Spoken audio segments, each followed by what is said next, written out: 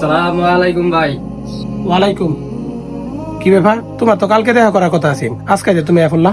ভাই আমার তো কালকে টাকা দেওয়ার কথা ছিল, কিন্তু আমি আজকে আসছি। আমার বুঝছেন টাকাটা দিতে আর কিছুদিন সময় লাগবে। এই বেড়া, কয়দিন পরে মানে?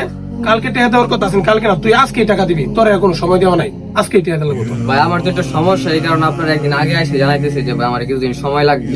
আমার কিছুদিন সময় দিলে ভালো হয়, এখন তো আমি দিতে পারবো না ভাই। এই বেড়া, আর সময় মানে তোর আর কোনো সময় দেওয়া যায় না, তুই আজকের মধ্যে আবার টাকা দিবি। ভাই আপনার তো আমি কইলাম আমি এখন দিতে পারতাম না, আমি কিছুদিন আমার সময় লাগবে। এই বেড়া, আর সময় বেড়া তোর। ولا تحسبن الله غافلا عما يعمل الظالمين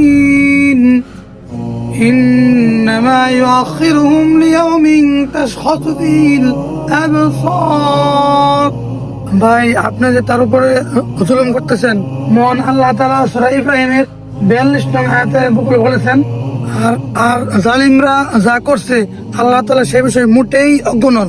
আল্লাহ তো তাদেরকে সেদিন পর্যন্ত অবকাশ দিয়েছেন যেদিন তাদের চক্ষু একেবারে স্থির হয়ে যাবে।